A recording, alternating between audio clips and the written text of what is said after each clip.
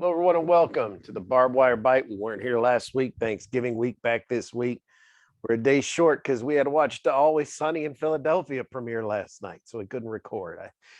I watched the Always Sunny in Philadelphia. I was actually just talking about that with somebody, my girl, about Sunny in Philadelphia. About they've had, I think it was 15 seasons. Yeah, this is 15th year. It's my 12-year-old son's favorite show. I mean, come on. Shit, I should be on that show. Roddy Piper was on a couple of them when he was still alive. Damn, it's crazy. I'm from Philly, and it's funny, man, how that one guy talks. I have a friend that sounds just like Charlie Day. I mean, he sounds just like it, man. I'm like thinking, did Charlie Day steal the way my friend talks? I'm thinking, because I got a friend of mine, he talks that way. He's hilarious, man. It's just funny. Did you ever see the $100 Baby episode where they're taking the girls taking steroids? No. It's like training to be a boxer, and she stinks, and she's like just mouthing handfuls of these pills, and she's getting all strong, and you see like shaving her face and shaving her armpit, like all roid rage. And so Charlie Day starts taking the steroids too because he's trying to train for an underground fight.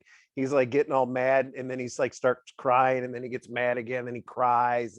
And that's one of my favorite episodes. It's called $100 Baby. $100 Baby. It's on Hulu. Yeah, my girls, I told her to join one of the Paramount. I think we just stream it, so we can stream it. There's a lot of Hulu shows all of them uncut.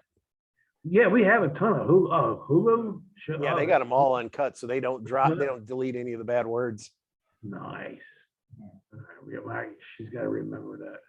She's listening, so I know she better. They've got I was lucky enough to buy the discs when they were coming out because they actually banned a handful of episodes. Like they did one where they remade Lethal Weapon, and Mac, muscular one, he was supposed to be Danny Glover. He painted himself all completely in blackface, and he had the big wig and everything. And ain't gonna work nowadays. No, they pulled that one. They had another one where the girl was trying to be Latina, so she painted herself with something. And then they had another one where they found a dumpster baby, and they thought they could make it a model.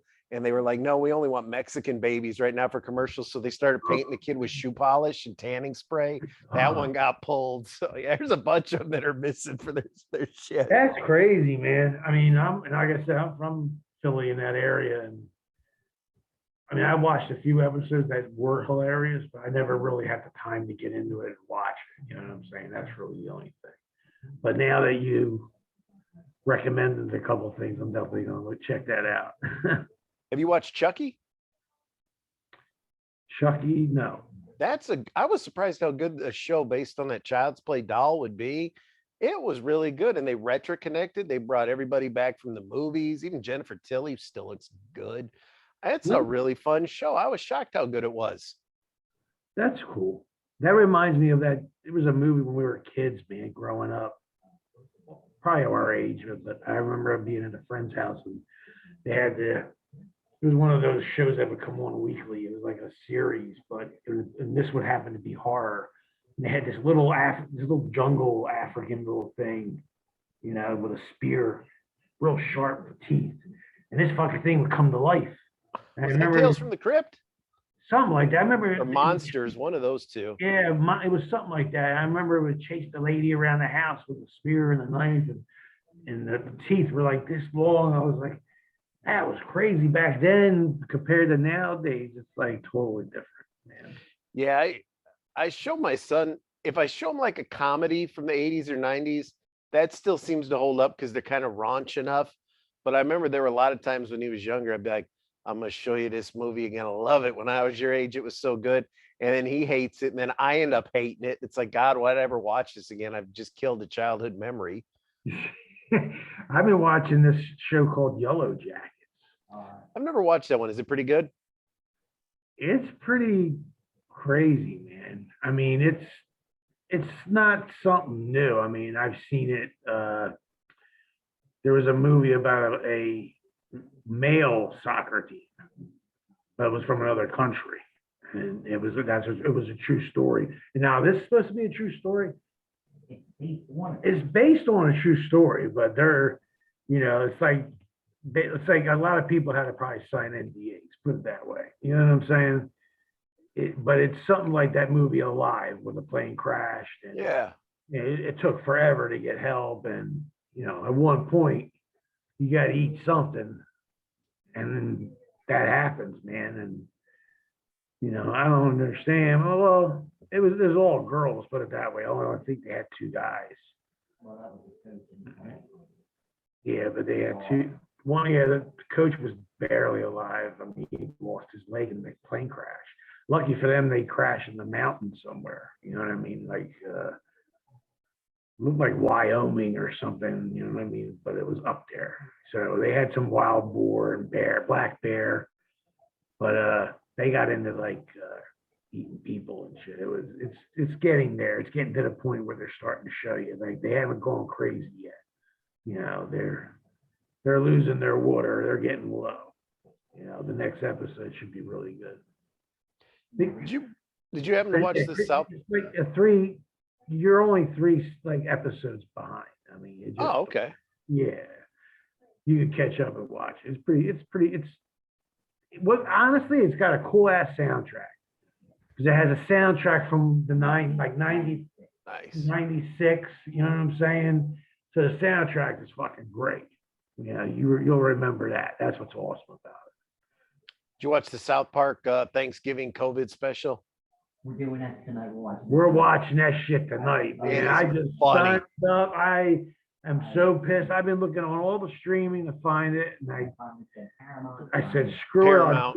it. I'll join Paramount. That's what we did. I was like, fuck it. And I was like, well, you know what? If they're gonna do 5 of these a year, I can afford the $8 or whatever. So I ordered Paramount, and we watched it. Oh my God, that is probably the most accurate depiction of the pandemic I've ever seen. It's a cartoon.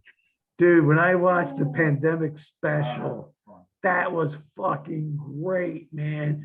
I mean, the guy's selling bud, and he thinks, I'm gonna jerk off on this fucking eighth. And I fucking give it to you. You smoke it, you get better. But no, you get a mustache. You get the mustache. It's great, man. That was fucking great. Because he caused the pandemic because he fucked a bat in China. Yeah, he's the one that fucked the bat. Yeah, with Mickey Mouse. That was great, man. I mean, these guys. I mean, think about when I watch these guys do their shit and like come up with these ideas. I go, they're fucking masters, man. Mm-hmm. I mean, they remind me people in the business that come up with shit out of the blue. Like, you know what I'm saying? Like, it's genius. You know what I mean? Like, I remember when they did Beefcake, Brewers Beefcake at one point. I had T-shirts made. We had Pitbull T-shirts made. Like, and then in the back, I'd say, who killed Kenny? The Pitbulls. Yeah. You know what I mean? We had them for sale and did great on them. I remember that, man. But think that show's been on. God, I was like, I think right out of high school, well over 25 something years ago. That thing's been on forever. Yeah. Dude, it's like The Simpsons, man. It's been on forever. It's been on forever.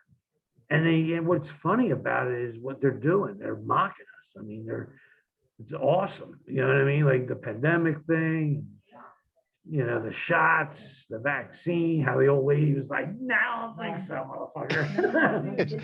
92 bitches.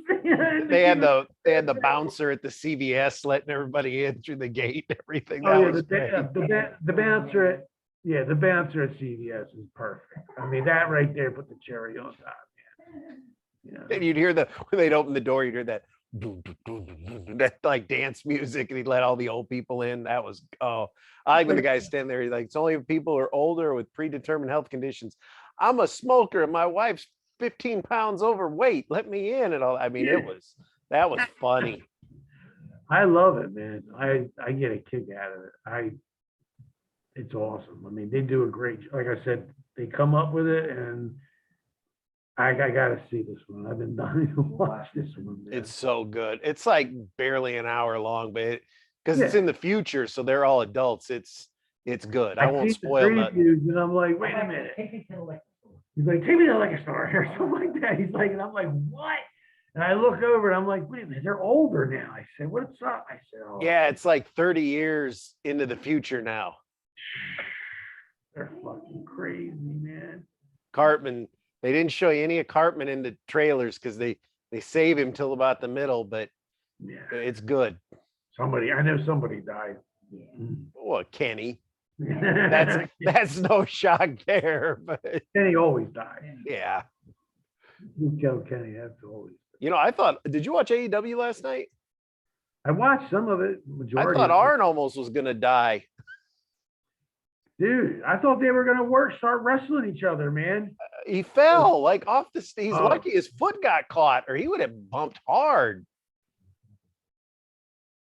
I didn't see. I don't know if did we see him fall? Arn Anderson. Like was him and Cody. Cody were on that ramp, and that Andrade's guy, that Jose, came over to he was gonna hit Arn, and Arn went to step back and he fell off the ramp, but his foot got caught. That's the only reason he didn't smack the concrete. And the guy kind of covered it, like he picked him up, was like gonna hit him again. But it's like, Jesus, I've watched Arn now fall off the ring from his gut turning around. Now he stepped back, he fell off the apron. It's like maybe Arn needs to quit coming out.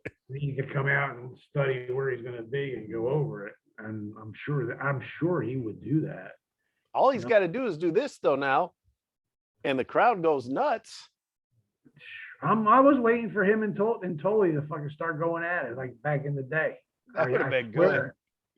I thought they were gonna do the brain buster. I thought they teased you with that, and because honestly, they both look like they could. I mean, Arn, he may be heavy, but he's still athletic. He can still move and he's strong. And Tully, he looks good. I mean, I'm not, for his age, he walks good. He doesn't look like he has knee problems or, you know what I mean? He looks pretty good. I mean, these guys, they took a lot of fucking bumps, man. I'm surprised they're walking around like they are. I'm not bullshitting you. Sting looks great. He's only like 1 year younger than Arn. Oh yeah, Sting, well, like I said, Sting took care of himself, man. I mean, he did. I mean, no bullshit.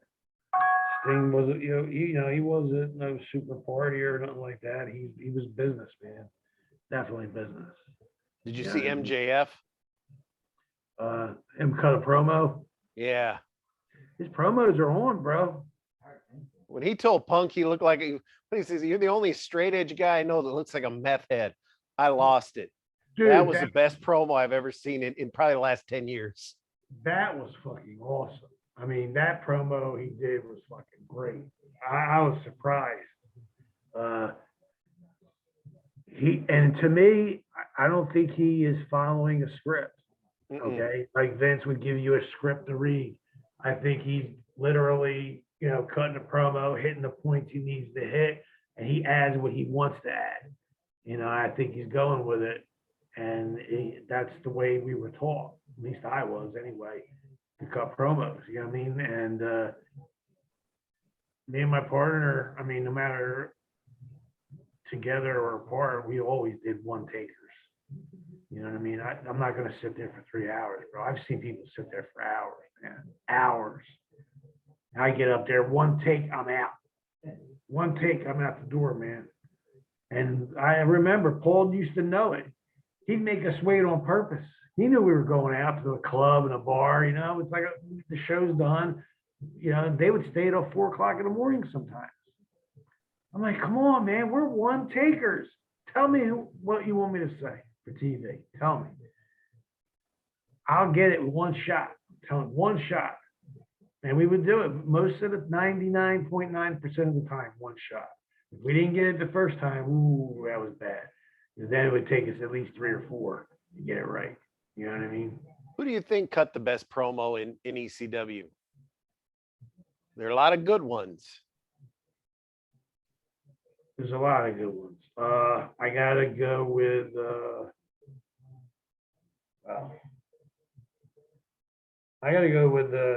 Shane Douglas. I like Shane. Shane Douglas and Raven. I liked Public Enemy just because they said the dumbest shit. They were great. Dude, I don't know if you've seen this one yet, or I don't know if they cut it from the video, but we did a gimmick one night where we were Public Enemy and they were the Pitbulls. I didn't And see that. we cut a promo. I had a hat on with dreads and shit. So I was Rocco Rock. And I think Anthony played Johnny Grunge with another wig on. And we would be like, "How were you going, Johnny? I don't know, man." And then he'd be like, "Yo, what's up, champ? What's up, champ?" And then they'd come in as the Pitbulls. It was hilarious. I thought Taz was a good promo. I actually thought Bill Alfonso was a real good promo. I never thought RVD was a good. I never got excited to see a Rob Van Dam promo. I like to watch him wrestle, but not talk. Yeah, Rob wasn't at that point yet in his career where he was comfortable in front of in front of a camera. You know what I'm saying? Sandman was good. Yeah, Sandman just played Sandman. He was Sandman. What you got, the beer drinking, cane swinging, cigarette smoking, always a valet, which is a female. And he would have a 30-pack he'd bring to the ring with him. And half of it would be gone by the time that match is done.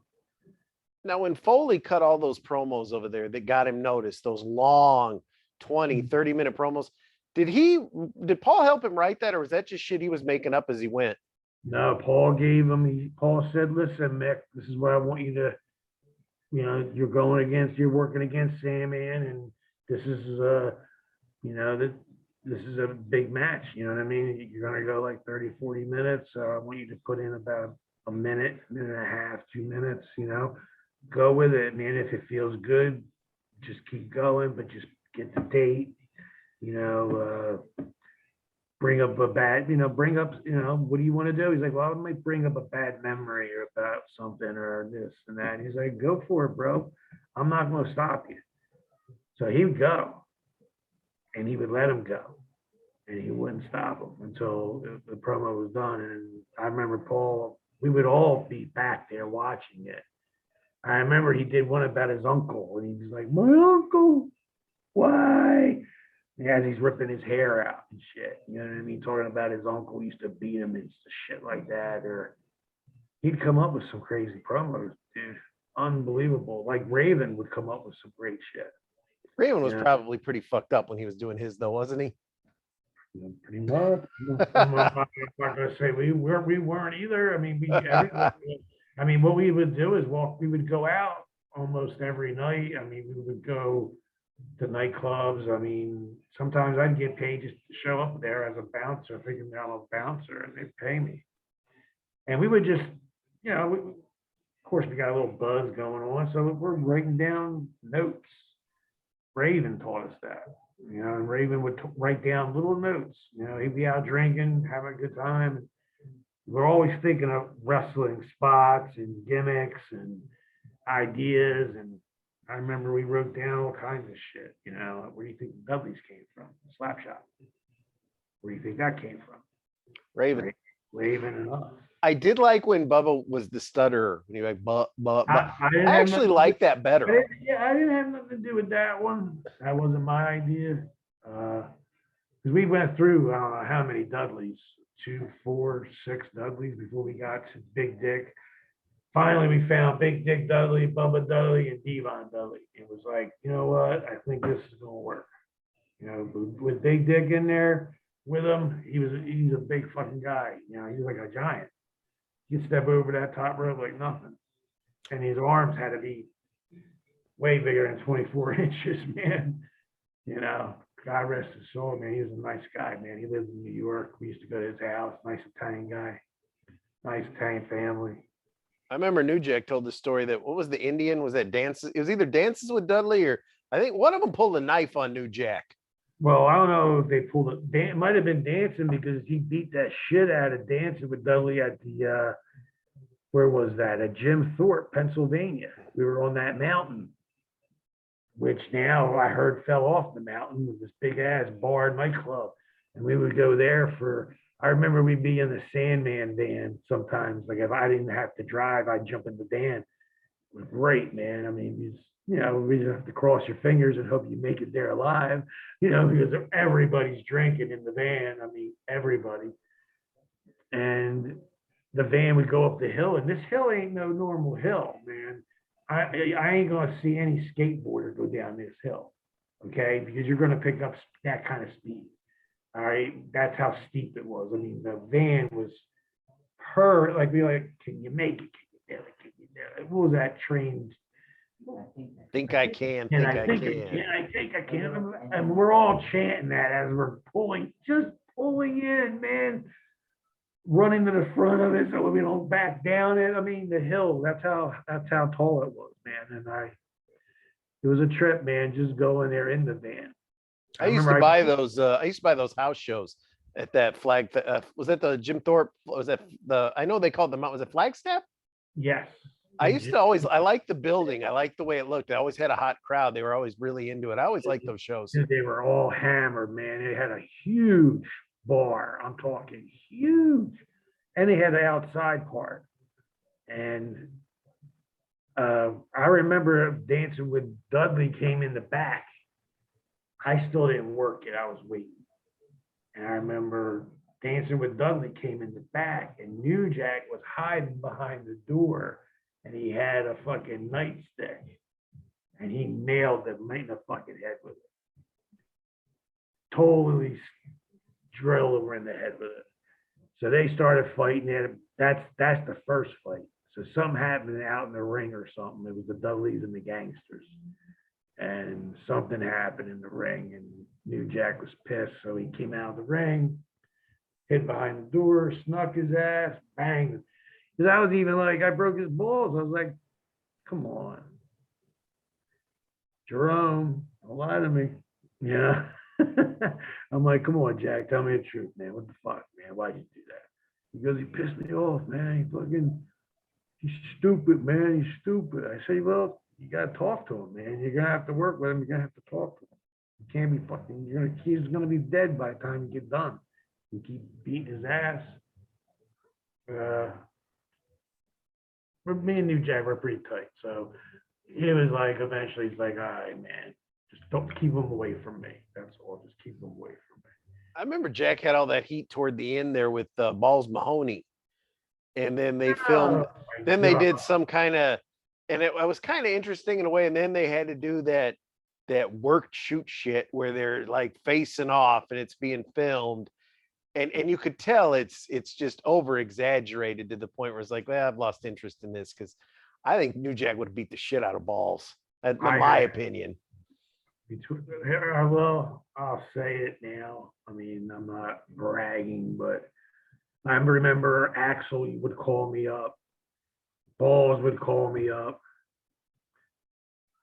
I got a problem with New Jack. I need help. Can you watch my back? You got my back. I'm like, dude, no, man. I said, look, he ain't gonna do nothing. He just relax, man. You're blowing this out of proportion. You know what I mean? Because I said he's a professional. He's not gonna go beat you up in a locker room in front of everybody, and that's not professional. Okay, he's not going to do that. If he did, it'd be broken up quick. He don't like it like that. He'd rather get you a little bit, you know. So hopefully you're not working against him badly. That's how it gets you.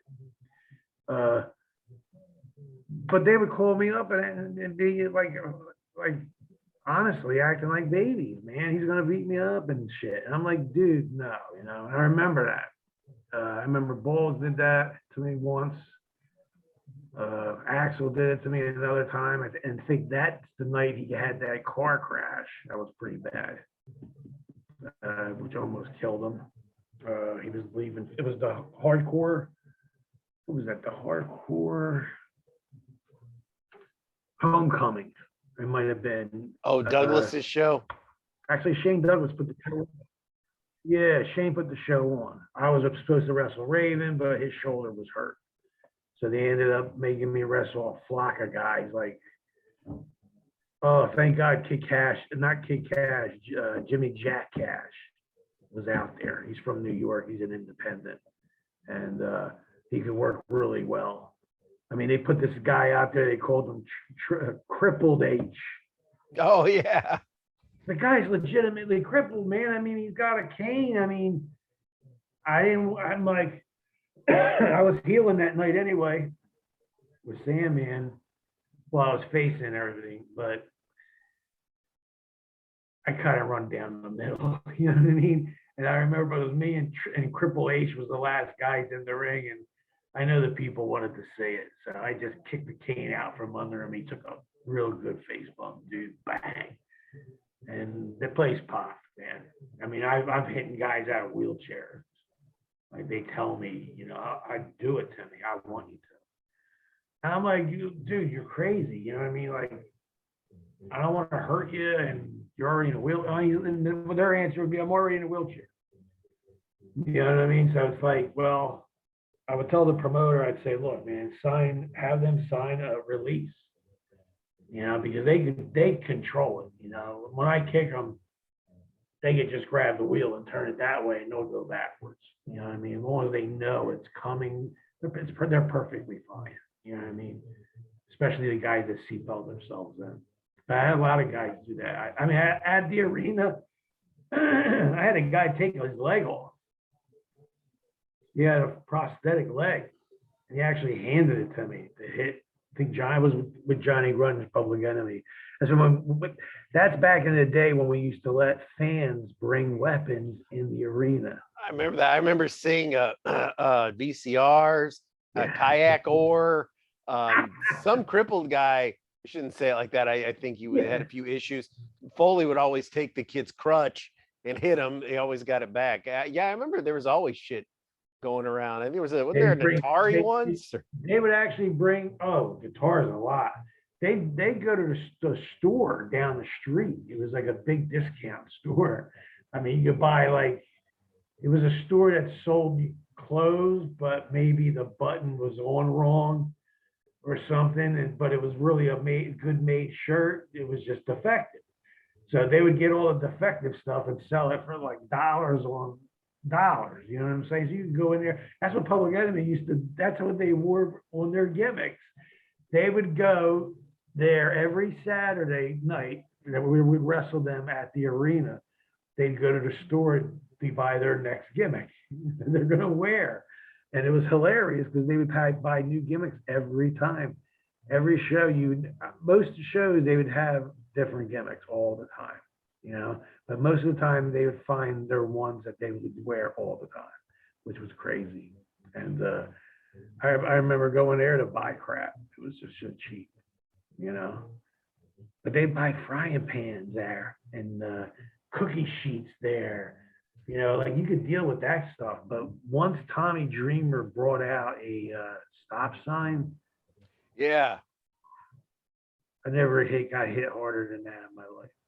I remember when the guy that was Sat by Hat guy, sign guy, he had the big sign that said, Tommy used my sign during the pregnancy angle.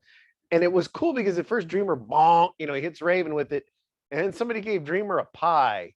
And I remember he took a bite of the pie and then pile drove Raven on it. It was like, they should have done the pie first because the stop sign would dong, you know, makes such a good sound. Dude, it's brutally hard. There's no way of getting around it. If you get hit with a stop sign, you got a concussion. There's no doubt about it. I mean, period.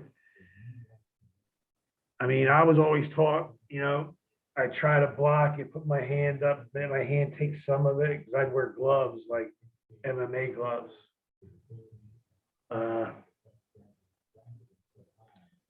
I used to yell at my partner because he would take it. He would take those chair shots, man, like a fucking animal. And I'm like, dude, every one of them counts. I mean, every one of them. I mean, they would land them hard. I mean, look what happened to The Rock. He turned around and gave Foley. Oh, that's because 7, 8 of them things. Yeah. I remember Shane Douglas would hit my partner when I was out when my neck was broke, and they were pushing my partner and gave him the television title. And his gimmick was he felt no pain. I mean, Paul said, your gimmick is you feel no pain. So you take the chair shot, register it, but you're not bumping. I mean, guys would bust chairs over his head every night, man. And I would yell. I'd be so pissed off because I'm like, you don't understand. You know, it's going to later on, it's going to affect you. You know what I mean? Yeah, I don't care what you say. I learned to go like this or like this. I'm going to block it somehow. It's still going to get through. It's going to look real enough that I got hit with the chair and took a bump. Believe me. You can take like the pin, you can gimmick a chair too. Can't you like take the couple pins out? That way when it hits, you get collared. I'm sure you could. I've never done that. That's a great idea. Never thought of that. I remember when Now you tell me. when Dusty hit Big Bubba when he was still Big Bubba, and he collared him, he busted that chair over his head, and the chair stuck on him, hat still on, didn't even fall off. And I just remember Bubba was just like, Really? that tie. And that night, it was like, well, Dusty got that guy over. He was a monster right after that. Oh, and that was I've seen him live. He was a monster. That Big Boss Man you're talking Yeah. about. Yeah, he was great, man. I think Billy, his name was Billy or Bill. Oh, I never got to meet him. I saw him live. I got to work him in 1989, 88, 89, doing a job. It was me and Anthony. We used our real names against the Big Boss Man and Akeem, the African Dream. I love that gimmick. Oh, it was awesome, dude. And I remember we got there and we look at the board and they're like Gary and Anthony versus the Twin Towers. Twin Towers. I was like, oh shit. I said, it's going to be easy, but I said, these guys could work. I said, we're going to learn something. I remember, man, Bubba, man, he was so cool. He was the nicest guy to me, man. He's like, listen, do you care, man? One of you guys got to do the gimmick where I handcuff you to the top rope and I'm going to hit you with my nightstick. And you got to sell it and, make it look good, like I killed you. I said, I'll do it. I got no problem taking it, man. Just nail me with it, Just let me know where you're going to hit me so I know it's coming, blah, blah, blah. And I remember I did it. I did it. I was out, man. I remember walking in the back and he was already in the back and he hugged me. I said, thank you so much, Daddy. Thank you so much, man. I appreciate it. But I'm the one hugging him saying, thank you. You just showed me like how to work. Like you actually showed me how to tell a story. First I was in there with Akeem. He dropped an elbow on me. Dude, you couldn't see me. Him laying there with a dropped an elbow, all you see in my head, my whole body disappeared. It was like, I go back and watch it today and I still say, oh my God, like I was killed, crushed. It was awesome, man. So that was a good experience. I popped when I still remember to this day when they had Slick and he's like, I've been to deepest, darkest Africa to find the warrior. And he comes out of a trash can. He's like, ooh, I'm a key. And it was no way that would ever play nowadays. That was some funny shit. I liked it. I had no problem with it. But yeah, now that wouldn't happen. No. I mean, I went to Puerto Rico. He was a one-man gang. And it was hilarious. I was on the beach with my girl. We're laying out with a bunch of guys. He comes walking by. And he's got all black on. And the biggest guy out there. He's so huge. And I'm like, what's up, man? We'll lay out. He goes, I hate the sun, man. I hate the sun. I mean, he was 400-pound cat, man, easily. But very, very, very, very nice and very humble guy. What happened? And I meant to ask you when you mentioned the frying pan. And I heard Foley say after this, he never wanted to work with the Sandman. He was so mad. It was the Texas Death Match. Sandman, I don't know if he got knocked goofy or if he was loaded. He kept getting up. Foley would pin him and he would just get up. And Foley ended up taking this, it was a pan. And you saw the handle bust off the pan. He hit him so hard, concussed him real bad, which I think he admitted he did that on purpose because he was so frustrated. Yeah. What was there? Just miscommunication there, or Hag was drunk. Oh well, that one I could see Foley getting annoyed at it because I mean they went for a while before you could finally tell he started really laying them in. You could see he got legitimately mad. I mean, honestly, I'm surprised Mick didn't come up sooner with a receipt because Hack was. I mean, you got a 30-pack and half of it's gone, and you're walking to the ring. You're not even in the ring yet. Okay, so you didn't even hand out beers yet to anybody yet. So he's already loaded. And Mick actually he was like, okay, I understand that's your gimmick, whatever, you know what I'm saying? But we can't hurt each other. I gotta go home to my wife and kids, and you gotta go home to your wife and kids. So at that point, I guess he finally snapped out. He couldn't take it no more. I mean, I had the same problem with Taz. You know what I mean? It just happened. So yeah, he was drunk, man. Stone drunk, and he was pissed because he told Paul Heyman, he said, listen, why you let him drink so much before he gets in the ring? You know what I mean? Come on, you got to control this motherfucker, and I'm not doing this no more, and you got to sometimes you have to stand up for yourself, you know what I mean? After a while, because they were giving Hack a big ass push, you know what I mean? Working with Foley, that's a big push. When I snapped, I was working with Taz when he was just Taz, and they were giving him a huge push. And I had no problem with that, but I got tired of getting thrown on my head. So I said, you got to come up with a different finish, man. So he came up with a Taj submission move, which he likes better anyway. So I remember when Hack fought, and it was taped. They actually sold it. It was at a high school, I think. They called it Not Another Night. He worked Axel. They had a really good match, but I remember he must have had 7, 8 beers before he got in the ring. And you could tell he was looped up. And I remember he climbed to the top rope to do his little leg drop thing. And he was like that. He actually grabbed it. He would have fallen in backwards. It took a bump, but he had grabbed the thing and like steadied himself. Sure, he wasn't acting. I don't know. I don't know. I mean, it was. I mean, because he's very athletic. He was a rugby player. I mean, people, they think he's not like that agile, or you'll be surprised. I mean, no, I've seen him go over the ropes and do like slingshot legs and that. There's some skill there. I've been in the basketball court with him when he was healthy as a shit, and he could jam a basketball no problem. I mean, he can play football. He's a golfer now, isn't he? Yes, he's a golfer now. We do some crazy stuff, especially if we're on the road together. But how is he now? Is he settled down? Is he calmer in the retirement mode, or is he? Yeah, he's chilling out. He's got a little side gig he does, make a couple hours, but mostly he works almost every weekend. He gets booked. He's got the best interest in the business. So when you hear this, Metallica kick in and he comes out and canes people, they love it. They love it. So he worked at a GCW show, and he fit it right in there. Janela and that. But what was weird is when he came down, there's Inner Sandman. He comes through the crowd, but he didn't drink. He poured beer. Must have poured about 8 beers in fans. He never himself took a drink. Came in, caned the guy, left.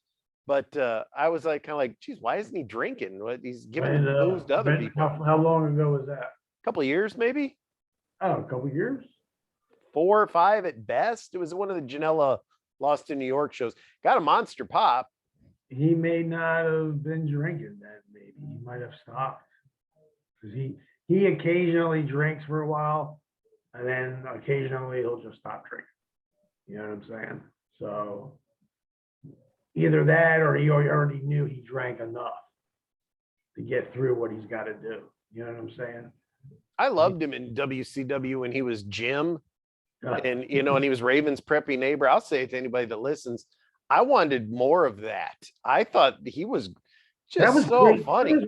And I think that was all Raven's idea, to be honest. It was great. I mean, they were using, I think, a Raven's buddy's house or something, and oh, that was hilarious, dude. I was actually like, me and my partner were like dying, because we knew we were getting ready to get signed with them. We were around that area at one time. We were like, man, now's the time to go. Man, it's going to be great. Because even if they added us in as 2 other guys that lived near them, or we knew Hack or something like that, you know what I mean? I remember they even brought Richards in with Raven, but at WCW, but he was only there for like maybe. I don't think maybe it wasn't very long. They had a little blow off match, and that was done. Yeah, I don't know if Raven, I don't know if Stevie couldn't deal with Raven anymore. So that's it. I'm done. I'll go back and work for ECW or I'll go to WWE. I don't know what the story was with them. I think Raven, by his own admittance, said he was a real douche to Stevie because Stevie was like his handler. And I guess he said he made him do everything. It was pretty bad, man. I mean, and Stevie's a nice guy. I mean, I was lucky enough to have a couple runs with him. And I mean, I got to say they were night offs. You know what I mean? Even Mikey Whipwreck, I had a couple of nice, when I was singles anyway, before I was tag matches. Yeah, he used to beat the shit out of him, I remember. I would just destroy him. I mean, I would just, give him 8 power bombs and pin him, and that's what they told me to do. I mean, I had no choice. I mean, I would have loved to give him as much as he wanted, you know what I mean? But he literally came from the ring crew. Okay. I'm not saying he didn't know how to work yet, which he really didn't know how to work yet, but he learned quick. He had the perfect song to match him and his gimmick. And he sold it perfectly. I mean, yeah, his job was to take beatings. I used to put him and Stevie through 2 or 3 tables a match in one night. You know what I mean? Just depending on how I felt. If I felt good, I'm going to do I'll break a couple tables more than one. If I wasn't feeling good, then I wouldn't break. I would just break one for the finish. I remember when Mikey won the belt and he kept trying to give it back because he didn't want to keep getting beat up. Then when he won the heavyweight title, that was the end. It was like, and then they got the devil gimmick and all that. It was he hooked him up. I was there from the beginning to set his gimmick up. My job was to drop the television title to him due to the Taz can't comes in and interferes. And I tried to give him my round kick, which he ducked, and I nutted myself on the top rope because I had him high. I was going for a high side kick. Took a bump back. He jumped right on me, rolled me right up, held my tights. 1, 2, 3. He's got the belt, And then I'm like, you don't realize, like, until he did his promos. He didn't realize, oh shit, I gotta defend this thing now. And now everybody and their mother wants that belt. And I gotta say, out of the belts in ECW, the television title was the most prestigious belt there. Just look at the talent that had that belt. I'm thinking maybe 20 guys had that belt. RVD, Shane, all the Eddie Guerrero, Dean Malenko. Jericho have it? I know he was in a match. I had the belt. My partner had the belt. My partner dropped it to Jericho. That's right. Then they had the 4-way where Shane got it and you guys powerbombed Francine. And that's the night I think I broke my neck. Yeah, because Shane gave you that weird DDT. Yep, and that's where I broke my neck. People don't even realize that, man. That's the night I did. That match I remember was also the whole show of TV that week. That was an hour. That was it. They gave you a 45-minute match on TV. Jericho was the first one to do the job. I mean, he was the first one eliminated, I remember. But a couple weeks later, I think he popped up in WCW. So he was just there for a little bit. I thought he won the strap that night. Not in the 4-way. Shane did. Oh, okay. Remember Francine threw the powder, she turned. Yeah, that's right. My partner had it and dropped it to Shane because it was part of our gimmick because he broke my neck. That was it. Yeah, I thought it was Jericho. And I liked how Shane didn't want to be the TV champ. I thought that was cool. He'd rather be heavyweight, so he'd drag the belt or he'd throw it and kick it. And I thought that was so subtle, but it was so good. I was a big mark for Shane in ECW. Everywhere else I saw him, I didn't give him a second thought. He didn't have it. If he was in WWF or WCW and they just let him do Shane Douglas, the franchise, and just let him, what he was doing in ECW, just let him keep doing it, they would have been fine with him. They go to WWE, what do? They call him the Dean. The Dean. Come on, man. It just wasn't. If he would have had so much more heat, because people would have been like, we know you're from ECW. Number one, which would have gave us a little bit better push. Number two, it would have gave them better. I don't know. The gimmick I thought sucked. It did. I remember telling my buddy, I was like, wait till you see this guy. It's the franchise.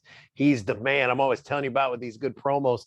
Then he's on the chalkboard. And I was like, my friend, I remember looking at me, he's like, this guy sucks. And I was like, I don't know what. And then I saw him wrestle a few times, and even the matches were bad. I was like, I don't know what happened here. They're giving him a script, and he's got to do it, man. And he's even looking at it and shaking his head. You know, I mean, he is. I mean,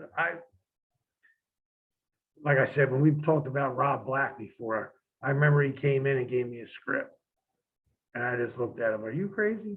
You can't do that. You know what I mean? So, to people who are not used to it, they're not going to be able to do it. It's hard. You know what I mean? And like you're talking about AEW, I think they don't hand them scripts. You know what I mean? You know, if he didn't have a script and they would just say, look, you're working against so and so, and you know, do it up, and he would have been up there as one of the biggest heels probably WWF ever had. You know what I mean? If they would have let him do what he wanted to do and do it right. I mean, he even worked in WCW for a while, and Yeah, he had that gang. I think it was his, I think the Revolution, and he always talked about, oh, we got on shoot interviews. It was funny. He said, like, we had to watch each other's back. We had so much heat. It was like, no, I watched this show. You didn't have any heat. That was when WCW. That was when Russo was booking. That's when you just kind of watch it for how bad it was, and it was bad.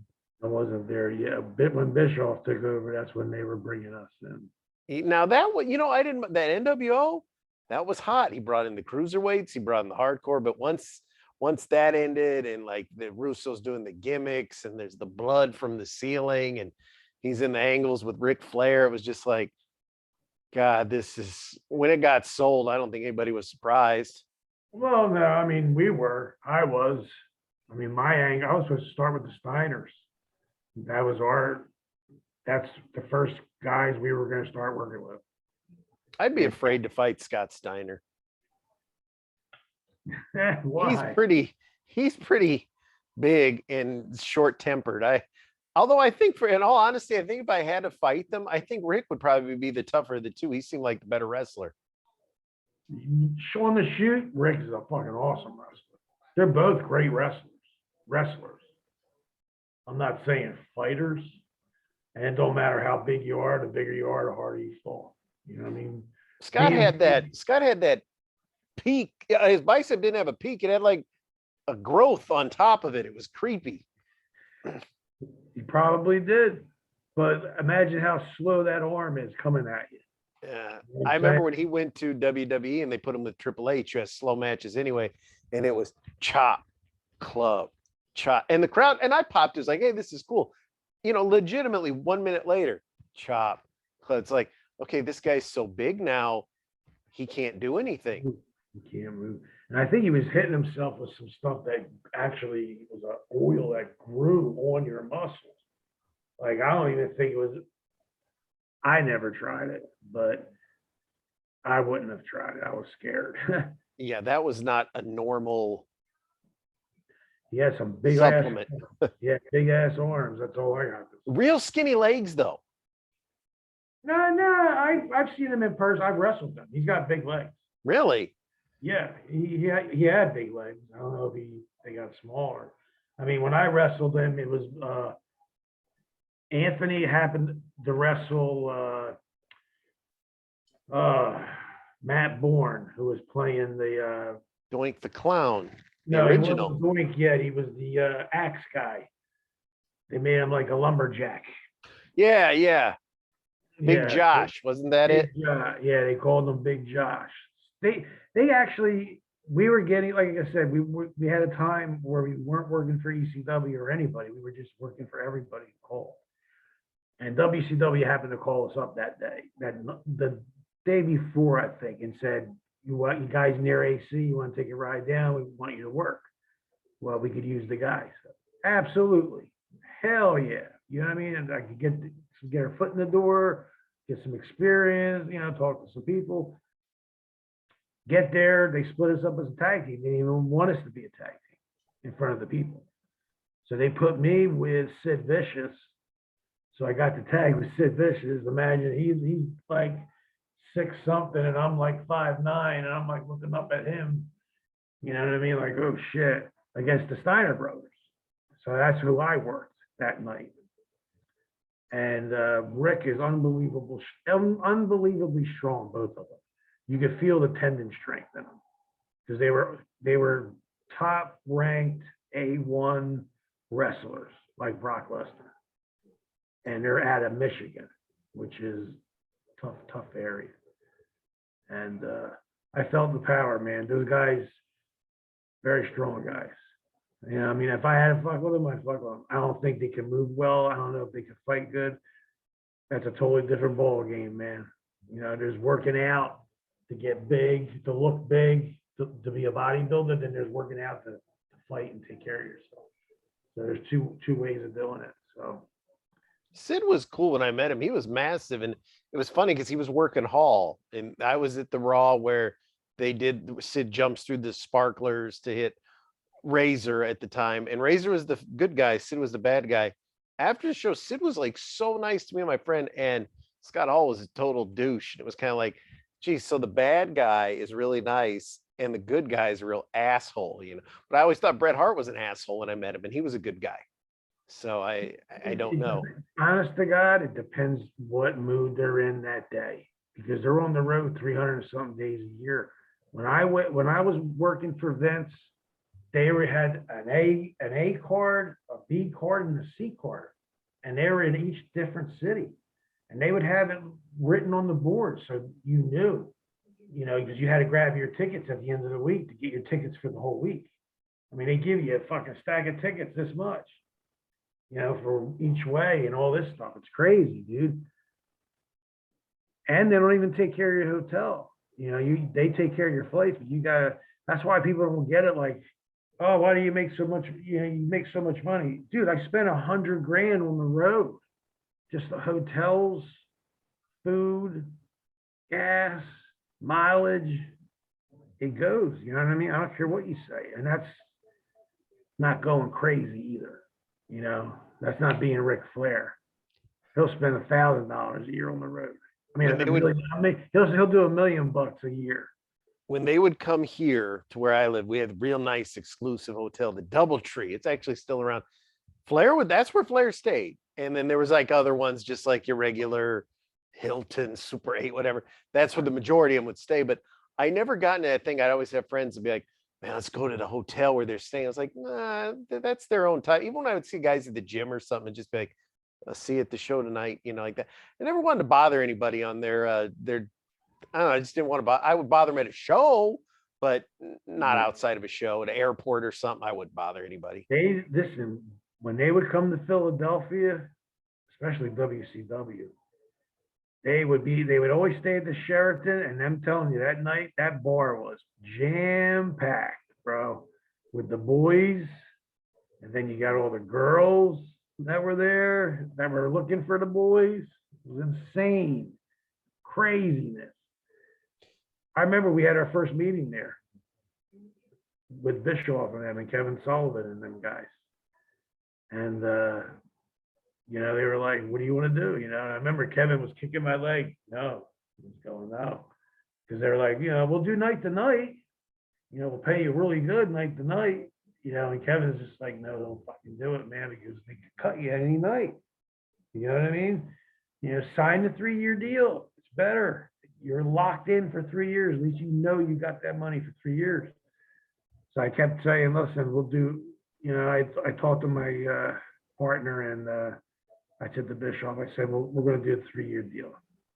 I said, you'll get 3 good years out of us, no problem. I said, we'll work our ass off for you. And he's like, all right, well, you're going against the Steiner brothers on pay-per-view. When they had every month, they had one, and it was the Christmas one in December of that year.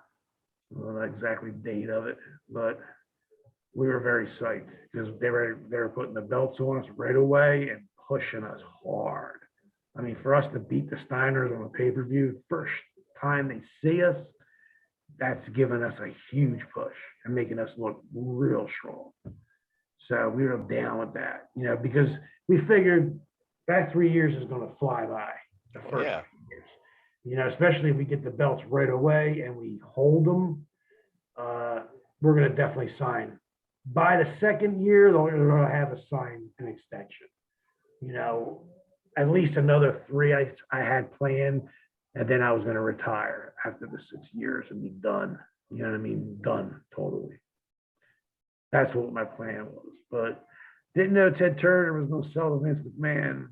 When I got the call that was supposed to be my airline tickets, it was more like, can't sign you, guy.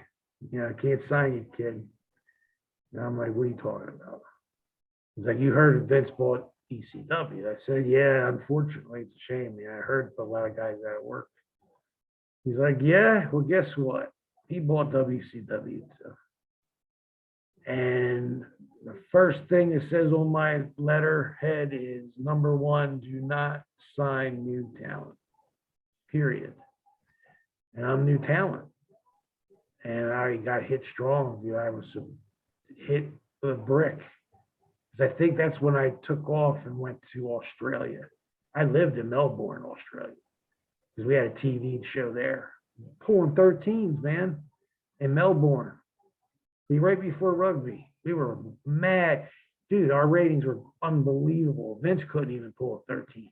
Was that the one that the Nasty Boys were in at the time in Australia? They might have went and then left, but I mean, when we were there, they even did a pay-per-view, I think. I think so. Nails was our heavyweight champ. We were the tag team champs. They had the Headhunters there as another tag team. They had the Wild Samoans there as another tag team. I think they put a tag team together themselves, 2 indie guys. I really don't know their names. But we had a real strong, the Bruise Brothers were there, another tag team. So, I mean, I'm talking tag team wise, they were up there and they put the belts with us. We were loving it, man. We had a blast. We were on the Good Morning America shows there. It's like Good Morning Sydney, Good Morning Adelaide, Brisbane, and Melbourne. And we did every show, man. Whacked. Because they want you there at like 4 o'clock in the morning. Jesus. You go on air at 6 a.m. You got to be like bright and shiny and happy and go lucky. I mean, I probably had to drink a fucking whole thing of coffee just to wake up. I mean, it was crazy. But we were getting paid great money. They had the belts on us. We were getting a check every week. They were paying for our hotel or our transportation, which was awesome. All we had to do was pay for our food, and training facilities. And the guy who owned the gym, which was like 3 blocks away, we didn't even need a car. We were in Melbourne where it's like Manhattan. They had all the shows, big shows they're promoting. I think that year the Giants actually went there to play football. The casinos were right there, and we would do press conferences at the casinos. We were on television. So that got us in good with the casinos. And once we got the belts, it was awesome because they VIP cards for every one of us, that they liked. I mean, that's every meal I want. I go in there and every night I can eat a filet mignon, man. I did. I took advantage of that.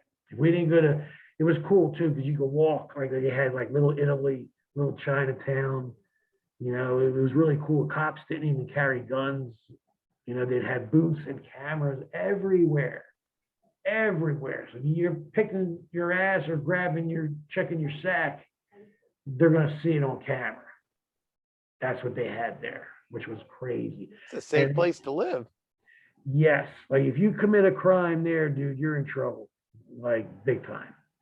So we always behaved ourselves. You know what I mean? I pretty much didn't really go out much. I'll be honest with you. I mean, we would work Thursday, Friday, Saturday, Sunday, back in Melbourne Monday. And then we would do TV, I think, that day, and then we had like 2 days off. So, I mean, we were always flying Qantas because that was the airline there in Australia, which they big airline that they have there. But yeah, we stayed at the Hilton. They give us a super suite. So you had a kitchen, a living room, a dining room, a living room with a TV, huge bedroom, huge bathroom. So it was cool as hell. And they took care of that bill. We didn't even have to pay for that.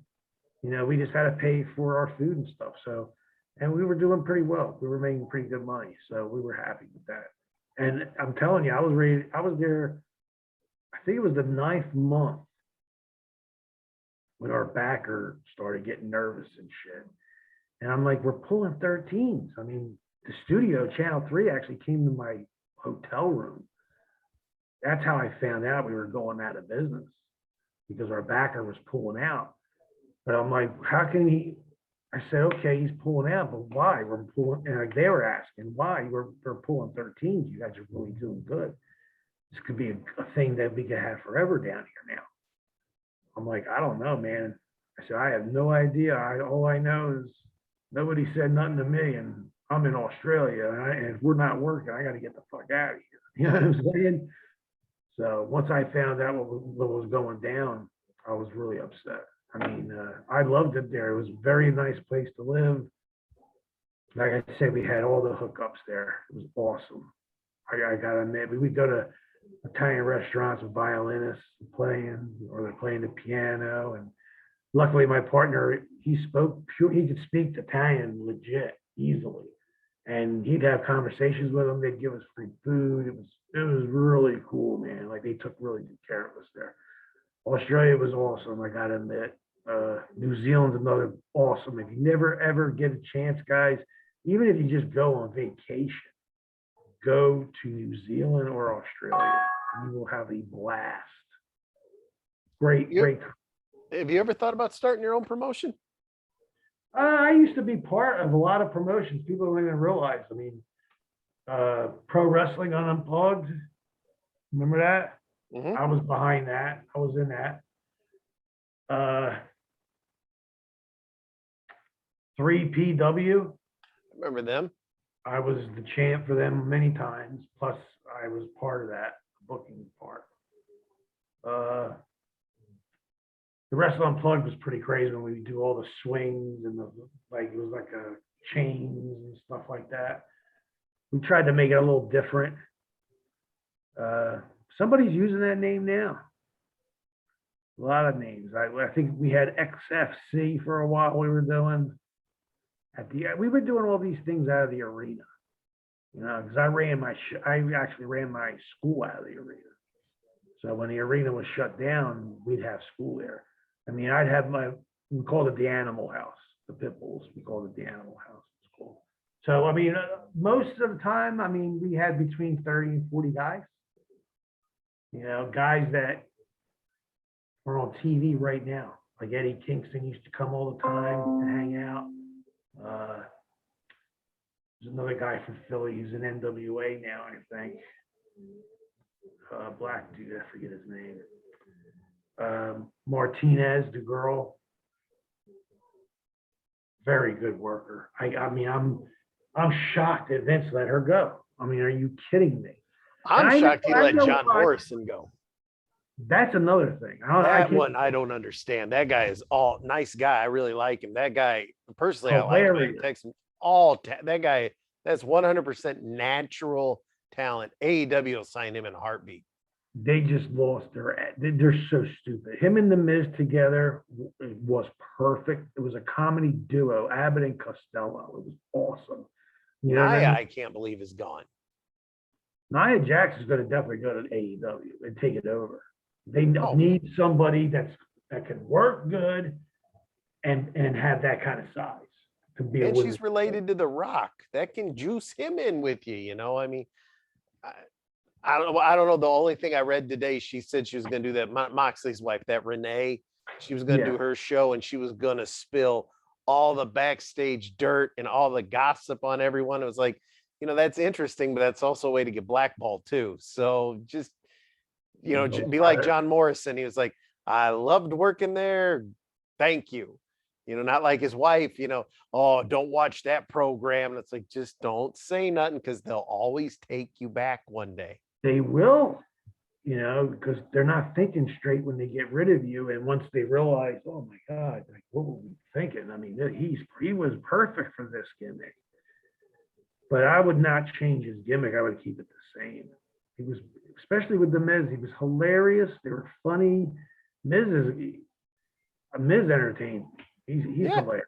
He's got a beautiful wife too. Yeah. My wife watches their reality show. And it's so funny because, I wouldn't call it reality. It's scripted as shit, but it's entertaining.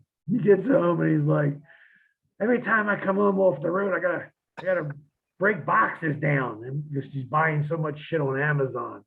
He's like, every time I come home, there's boxes I gotta break down. So she's like, all right. Did you see Brandy came back last night? Yeah. She came in, she interfered right in the match. Yeah, she lit the table on fire for him. That was a pretty wicked table bump. They laid in that fire for a little longer than they should have. I was watching that again earlier today. I think Cody got his ass burnt bad, dude. Yeah. I'm not gonna lie, because the table was too close, number one. I think Cody stayed on it while it was on fire as it hit and still was broken. I mean, he was still on it. He had to get burned bad, man. I hope he's not going to try to start killing himself like Dreamer did so the fans will like him again, because, the fans are booing him now. It's like, I would go with it. Yeah, turn heel. I wouldn't a heartbeat. I'd rather be a bad guy. Look, screw it. Turn heel, but next thing you know, you could be a heel like Steve Austin. They love you. Austin, The Rock, all those guys. Same thing. Cody could do that. He's got the gift of gab on the mic. He just has to get it over. Like right now, I think he's being heel on purpose.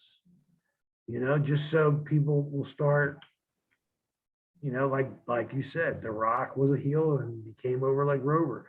Austin was a heel, became over like Rover. I mean, that's when it was the Attitude Era. That's when they made the most money. Oh yeah. Now, speaking of money, before we go this week, you have an appearance coming up at the Icons of Wrestling.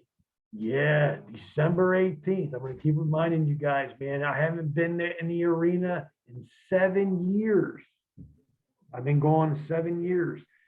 I'm old school ECW. I'm original ECW. I'm in the Hardcore Hall of Fame. The Pitbull's banner hangs from that building, and it will never come down. With all the other champions that are on there, that are up there. But to get up there, you got to earn it. And there's not many guys up there, as you could see. So I'm hoping pretty soon they're going to be putting somebody in there soon that deserves it. A lot of guys in ECW deserve to be up there. Now, for the people that, and believe it or not, a couple of people have asked me if I was going to be there with you. I'm flattered. No, I'm nobody. I will not be there. So don't ask for a refund. Now, everybody come out. There's going to be a lot of guys there. The arena changed, man. It ain't no bingo hall no more, man. It's a big bar, nightclub. They do concerts there now. The 2300 arena, they call it now. Check it out. Swanson and Rittner, guys, in Philadelphia. If you're listening to this, show up. I'm going to hit Pat Steaks. Can't wait to see you guys over there, Frankie and you guys. Our buddy Ronnie will be there, runs all the ECW shows, #1 fan, real cool dude. I'm looking forward to it, man. I'm hoping everybody shows up. I'm going to be actually with Just Incredible. I'm going to be with some Combat Zone guys, old school guys who I trained, actually, Devin Moore, and the guy who just won the death match. Trying to think of his name, Frankie something. You got to check it out. It's on Facebook, guys. Check it out. He just won one of the death matches. I know there's Alex Cologne, Grim, or the G Raver, Shellac. I kind of know those same guys that are always doing the death match on the East Coast. Maybe G Raver, I'm not sure.